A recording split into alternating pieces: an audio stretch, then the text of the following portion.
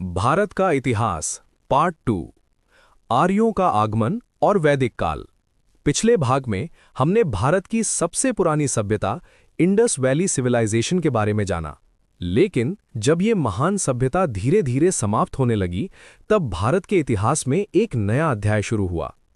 इसी समय भारत में आए आर्य और शुरू हुआ वैदिक काल। आज की इस वीडियो में हम जानेंगे आर्य कौन थे, वे भारत में कैसे आए और उन्होंने भारत की संस्कृति, समाज और धर्म को कैसे बदल दिया। आर्य कौन थे? इतिहासकारों के अनुसार आर्य एक घुमंतु यानी नोमैडिक जाति थे। वे मूल रूप से मध्य एशिया के क्षेत्रों से आए थे। लगभग 1500 ईसा पूर्व के आसपास वे भारत के उत्तर पश्चिम हिस्से में पहुंचे।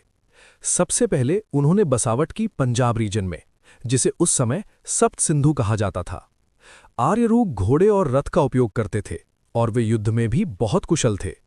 उनकी भाषा थी संस्कृत, जो बाद में भारत की कई भाषाओं की आधार बनी। वैदिक काल की शुरुआत। आर्यों के आने के बाद भारत में जो समय शुरू हुआ उसे कहा जाता है वैदिक काल। इस काल में लिखे गए सबसे महत्वपूर्ण ग्रंथ हैं ऋग्वेदा, सामवेदा, यजुर्वेदा और अथर्ववेदा। इन चारों ग्रंथों को मिलाकर कहा जाता है वेद। वेदों में उस समय के समाज, धर्म, युद्ध, प्रकृति और जीवन के बारे में बहुत जानकारी मिलती है। आर्य लोग प्रकृति की शक्तियों की पूजा करते थे, जैसे इंद्र, वर्षा और युद्ध के देवता, अग्नि, अग्निदेव, वरुणा, जल के देवता।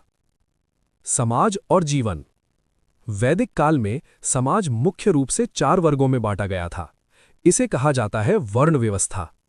4 वर्ण थे: ब्राह्मण, विद्वान और पुजारी, क्षत्रिय, राजा और योद्धा, वैश्य, व्यापारी और किसान, शूद्र, सेवा करने वाले।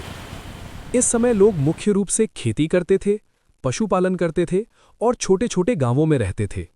धीरे धीरे गांवों से जनपद बनने लगे। राजा और शासन।